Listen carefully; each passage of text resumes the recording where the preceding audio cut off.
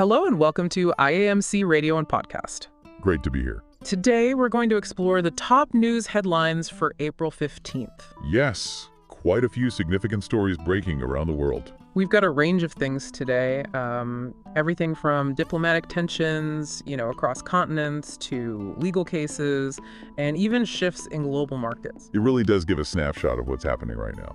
So where should we start? Maybe with that situation between Algeria and France. Sounds good. That's definitely heating up. Algeria has expelled quite a few French diplomats. 12, I read, Oh. and told them to leave within 48 hours. Exactly. 12 diplomats, 48 hours. It's a clear escalation in their relationship, a very strong move. And this seems directly tied to arrests made in France. Right, that's the connection being reported. 3 Algerian nationals arrested in France, Right. and apparently one of them is a consular official. Right, and they're suspected of involvement in that abduction case from last year, the influencer, Amir Boukhours. Precisely. Although he was, interestingly, released just the day after he was taken. What's really striking is the timing, isn't it? Weren't they just trying to patch things up? They were. It makes this whole thing quite notable. The French foreign minister was actually in Algeria earlier this month. Yeah, I remember reading about that. They met with President Tebboune. Right, and the statements afterwards talked about wanting to rebuild a partnership of equals. Sounded pretty positive. There was even that phone call between Macron and Tebboune, and talk of resuming security cooperation, boosting trade. All signs were pointing towards, an improvement. So this expulsion definitely feels like a sharp turn in the wrong direction. Algeria certainly didn't mince words, did they? Summoning the French ambassador. No, they lodged a very strong protest. Their key issue was the arrest of their consular official without notification through the diplomatic channels, as they put it, demanding his immediate release. But on the French side, the prosecutors had already indicted the 3 Algerians. They clearly believe they have a case regarding the abduction. So you have these 2 completely opposing views on how this arrest should have been handled, legally and diplomatically. And there's always that deeper context with France and Algeria, isn't there? The history. Absolutely. You can't really understand these flare-ups without considering the historical baggage and ongoing political differences, like Western Sahara. Right. Algeria supports independence. France backs Morocco's autonomy plan.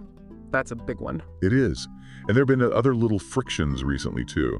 Things that maybe add fuel to the fire. Like what? I remember hearing something about the ambassador's wife. Yes, reports that France denied her entry. And also President Macron's comments about Boulam Sansal, the jailed writer. So it's probably a mix of things leading to this point. Exactly. It just shows how fragile that relationship can be and how quickly things can unravel. Okay, let's shift focus now over to the U.S. and the Sean Diddy Combs case. Right, some major developments there. He's pleaded not guilty in Manhattan. To 5 federal charges now. It was 3 before, wasn't it? Correct. It's an expanded indictment. Now includes racketeering and sex trafficking charges. Serious stuff. His lawyers are pushing back, saying these aren't new claims. Their argument is that these involve former long-term girlfriends and the relationships were consensual. That's their stance. So the trial timeline.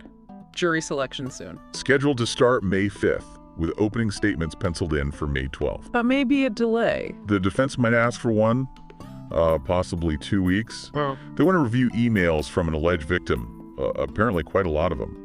The prosecution's case sounds pretty damning, though, accusing him of using his music empire. Yes, alleging he used it to abuse women over a really long period, like 2 decades, 2004 to 2024. And those freak-offs accusations, transporting sex workers across state lines, that sounds like it ties into the racketeering charge. It likely does. Racketeering laws often target patterns of criminal activity conducted through an enterprise.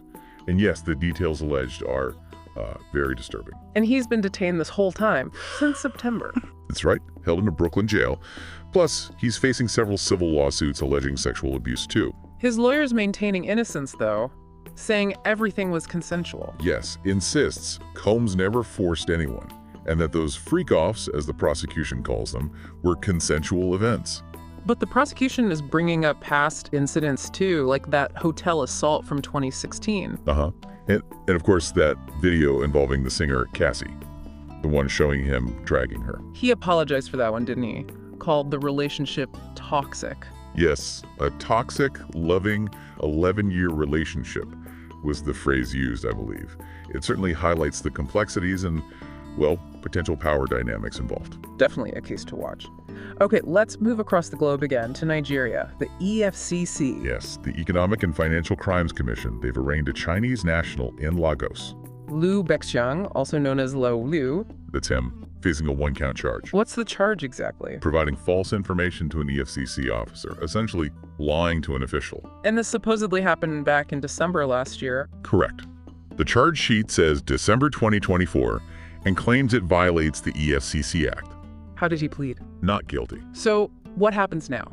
Trial date. The prosecution asked for a trial date and also requested he be remanded, kept in custody. But the defense is trying something else, a plea bargain. Exactly.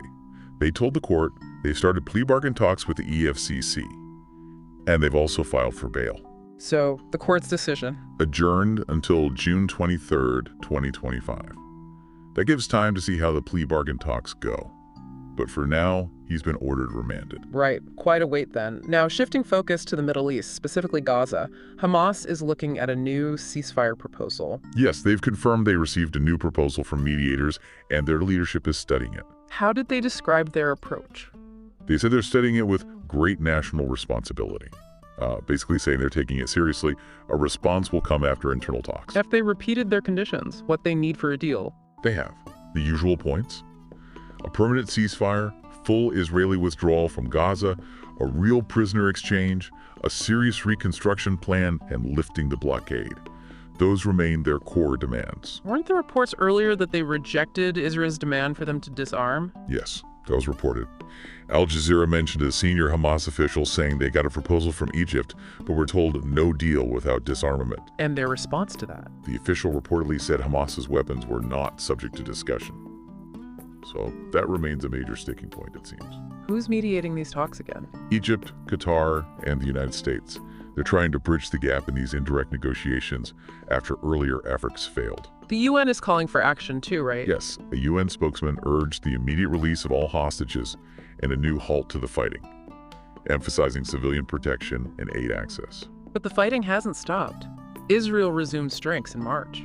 They did, blaming Hamas for the stalled talks. And sadly, the violence continues. There was that recent strike on a house in Gaza City. Killing 6 family members, reportedly. Yes, just awful. The human cost is staggering. The war started back in October 2023 after the Hamas attack. Which killed about 1,200 Israelis and involved around 250 abductions. And the toll in Gaza since then, over 50,000. Over 50,983 deaths reported by the Hamas-run health authority in Gaza.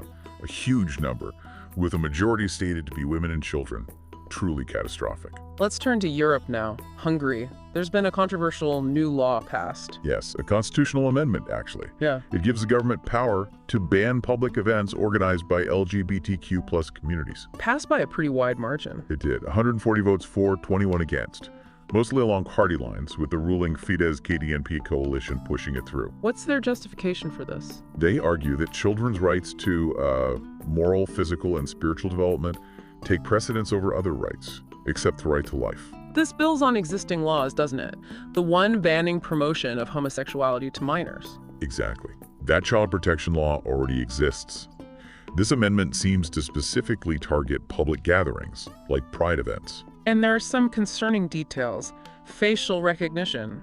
Fines. Yes, reports suggest it allows authorities to use facial recognition at banned events like Budapest Pride, with potential fines up to around $546. And it reinforces the definition of gender in the Constitution. Correct. It explicitly states the Constitution recognizes only male and female sexes. This follows previous changes that limited same-sex adoption. There was another part, too, about dual citizenship. It allows suspension of dual citizenship for Hungarians who also hold citizenship in non-EEA countries for up to 10 years if they're deemed a threat to public order or security. This didn't pass without protest, I imagine. No. There were attempts by opposition politicians and protesters to disrupt the vote. They blocked a parliament parking garage but were removed by security. And the reaction from critics? Widespread condemnation. Many see it as another step towards authoritarianism under Orban. Definitely raises serious human rights concerns. Okay, switching gears to economics. OPEC has adjusted its oil demand forecast. Lightly, yes. They've lowered their forecast for global oil demand growth for 2025. Why'd it change? They're pointing to the impact of U.S. tariffs on the world economy. So what's the new number? They now expect demand to grow by 1.3 million barrels per day next year. That's down from 1.4 million barrels per day previously. And oil prices themselves have dipped recently. Yes, the OPEC basket price fell noticeably between Friday and Monday, down to about $66.25 a barrel. So, U.S. tariffs and OPEC plus only pins to potentially increase output? That's putting pressure on prices. That seems to be the dynamic. President Trump's tariffs plus OPEC plus talking about raising output, it creates uncertainty and weighs on prices and sparks wider concerns about economic growth. Didn't President Trump just impose new tariffs recently on Nigeria and others? He did. They're suspended for 90 days, but yeah, it ignited trade war fears and impacted economies. So OPEC is also lowering its global economic growth forecast. Yes, slightly down for both this year and next, to 3.0% for this year and 3.1% for 2025. But despite the cuts, OPEC still sees demand growing long-term. Their outlook is still fairly robust compared to some others, yes. They anticipate oil use will continue to grow for years. What about current production? Did OPEC plus output change in March? It fell slightly, by about 37,000 barrels per day, partly due to cuts by Nigeria and Iraq. But they plan to increase output soon. That's the plan, yes. To unwind some previous cuts starting in April and May, though Kazakhstan actually produced more than its quota in March. Oh, what happens then? Kazakhstan said it would compensate for the overproduction in April. There's also a planned production adjustment by 8 OPEC plus countries in May. Okay, so lots of moving parts there. Now back to Nigeria, but a different story. A suspected Ponzi scheme collapse, CBEX. Yes, this is a really unfortunate situation. CBEX. Thousands of Nigerians have apparently lost their savings. The stories sound awful, people sharing their distress online. Absolutely. Videos on TikTok, posts on X, people expressing real anguish over lost life savings. One woman's tearful video went viral, representing many, especially young people. And it turned violent. People storming the office. On Monday, yes, reports of aggrieved investors storming the CBEX office in Ibadan, looting furniture, demanding answers. Hadn't the authorities warned about this company, the SEC? They had. Nigeria's Securities and Exchange Commission explicitly warned people not to invest, stating CBEX wasn't registered. But people still invested. Sadly, yes. Likely lured by promises of quick, high returns. A former presidential aide even commented on X about people investing despite the SEC warning. Just heartbreaking stories, people losing everything. Truly. There was one account of a woman losing $200 she saved plus $1,000 she collected from friends after working for years in Libya. Another losing $1,000 meant for her children's future. Just devastating. A terrible reminder about these schemes. Let's move to the situation involving Ukraine and Russia. President Trump's envoy had talks. Yes. Steve Witkoff, President Trump's special envoy. He met with Russian President Vladimir Putin in St. Petersburg. This wasn't their first meeting, was it? No, the third time since President Trump returned to the White House in January. And Witkoff sounded optimistic, saying Putin is open to a peace deal. He did express optimism about a deal emerging. He mentioned key Putin advisors were present at what he called a compelling meeting. What kind of peace? Just a ceasefire? Witkoff said Putin's request is for a permanent peace, something beyond just a ceasefire. He seemed to suggest progress on that front. Saying they might be on the verge of something very important for the world. Those were his words. He also mentioned potential business deals between Russia and the U.S. being part of the talks, possibly reshaping the relationship. But actual progress on a ceasefire has been limited so far, right? Very limited. Putin reportedly rejected a U.S.-Ukrainian proposal for an unconditional pause earlier. And the Kremlin has linked any truce in the Black Sea to lifting certain Western sanctions. So still significant hurdles. Finally, let's touch on President Trump's comments regarding Iran's nuclear program. Right. He reiterated the threat of serious consequences, potentially including an attack on Tehran's nuclear facilities. He said this during a meeting. Yes, with Salvadoran President Nayib Bukele. He stated Iran cannot have a nuclear weapon, believes they're close, and the U.S. would take very harsh action if needed. And when asked directly about attacking nuclear facilities, he confirmed, "Of course it does." This ties back to the goal of preventing Iran from getting nuclear weapons, shared by the U.S., Western nations, and Israel. Exactly. And remember, President Trump withdrew the U.S. from the original Vienna nuclear deal back in 2018 during his first term. After which Iran also stopped adhering to the deal's terms. Correct. Though recently there have been renewed talks about a new agreement mediated by Oman. Is there another round of talks scheduled? Yes, set for Saturday in Rome. President Trump actually expressed confidence, calling the Iran issue almost an easy problem to solve. And the IAEA chief is involved too. Yes, the head of the International Atomic Energy Agency announced plans to travel to Tehran this week, ahead of those Rome talks. He stressed the need for ongoing engagement. The tensions seem to be rising, partly because of issues with IAEA inspectors and Iran's uranium enrichment. That's a major factor. Lack of cooperation with inspectors and the production of near-weapons-grade uranium have definitely heightened concerns. Well, that covers a lot of ground for today's headlines, a complex global picture. It certainly is. Lots of interconnected issues and ongoing developments to keep an eye on. Thank you for listening to the today's top news headlines on IAMC Radio and podcast.